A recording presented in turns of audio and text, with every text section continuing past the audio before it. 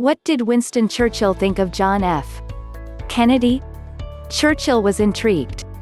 He knew JFK's father and did not think much of him.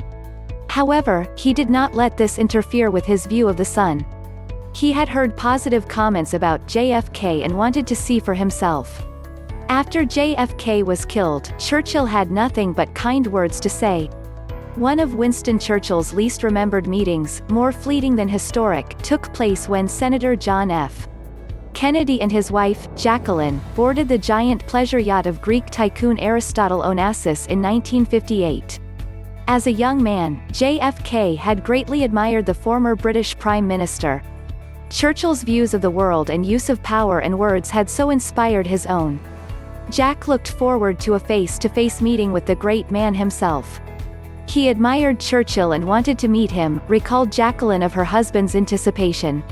By 1958, Senator Kennedy's much-publicized chance to become the next president had stirred Churchill's interest. Not only had he followed American politics for a long time, but there seemed a natural curiosity about the son of his one-time critic, Joseph Kennedy, now rising to the top. When he heard that the young senator and his wife were visiting Joe and Rose on vacation along the Mediterranean, Churchill decided to extend an invitation. "They tell me he is presidential timber," Churchill explained to his host, Onassis. "I'd like to meet this presidential timber." Jackie shared her husband's enthusiasm as they anxiously entered Onassis's yacht to join an awaiting Churchill. 10 years earlier, while on a European trip as a Vassar student, she was invited to a garden party at Buckingham Palace, and shook Churchill's hand, twice. Like a schoolgirl, she ran back to the end of the reception line after her first handshake so she could shake his hand again. Once aboard, Jack was ushered on a path to Churchill, while the magnanimous host, Onassis, showed Jackie around his massive yacht. By late that day, however, Churchill seemed fatigued and unable to focus. In departing, Jack Kennedy knew he'd failed to impress Churchill, barely registering a significant comment from the renowned leader he so admired. Jackie, who'd left her own mark aboard the yacht, recognized the huge missed opportunity it meant for him. "I felt sorry for Jack that evening because he was meeting his hero, only he met him too late," Jackie later recalled. "Think of all he could have, he was so hungry to talk with Churchill at last, or meet him, and he just met Churchill when Churchill couldn't really say anything."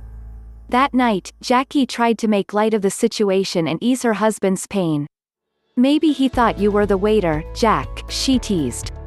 Upon hearing the news of the assassination of JFK, Churchill said the following: Churchill expressed the loss most people in the world felt. London, November 22, 1963, UPI. Sir Winston Churchill, former Prime Minister of Britain and the first honorary citizen of the United States, tonight called the assassination of President Kennedy a monstrous act. "The loss to the United States and to the world is incalculable," he said. "Those who come after Mr. Kennedy must strive the more to achieve the ideals of world peace and human happiness and dignity to which his presidency was dedicated. That is something we will never know, because we are not supposed to know." Ex-British prime ministers are not supposed to express their opinions of other political figures, and expected to not use their previous privileged position to override a now-present leader.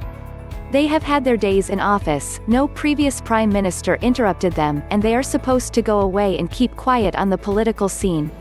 And that is what has always been, to the best of my knowledge, always been done. Churchill generally had no respect for anyone whom he did not have to suck up to, and that respect lasted only as long as the sucking up was effective. Churchill held no political office at the time of Kennedy's presidency and thus never had to suck up to him. I assume he had no opinion of Kennedy whatsoever, other than that he was 100% Irish and thus, while possibly interesting, certainly of no substance. Churchill was a pretty shallow guy.